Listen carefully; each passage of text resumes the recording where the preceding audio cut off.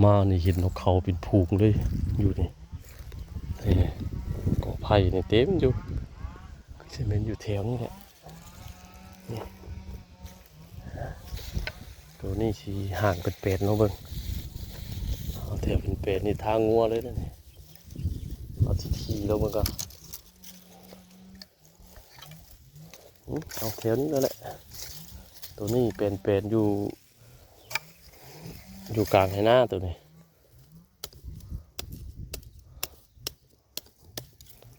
จังได้ก็สิห่างกันมันเบิด5 อัน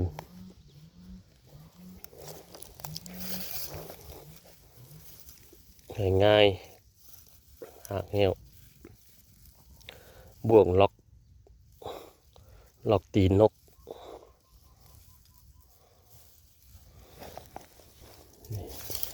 เสียมือละเอียดมันเป็นนะเสียงนกออกโอ้ห้องเสียเลย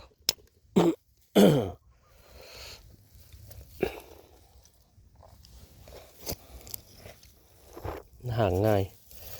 บาย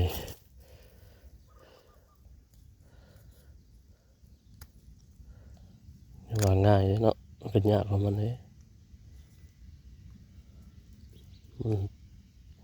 ตัวล็อกมันมาจากล็อก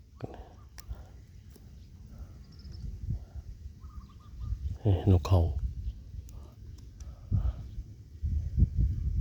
อยู่ให้ปลายนา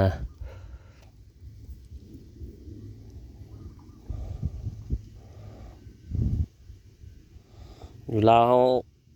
หากินสบายง่ายน้องเอ้ย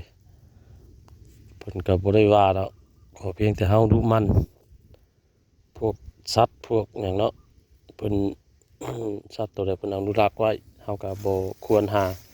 เป็นหนูเป็นนกเป็นนี่แหละสัตว์ป่าหยังแหละเพิ่นก็บ่ได้ว่าดุมันหาพวกนี้คือเก่าสูตรเก่านี่ไม่มีใบตองเอาขี้เหนียวปกเอา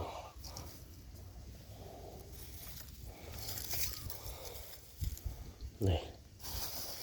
ไปอีก2ก็จะห่างเมียนแถวๆนี้แหละโอเคหลังนี้แล้วได้3 หลังอีก2 หลังไป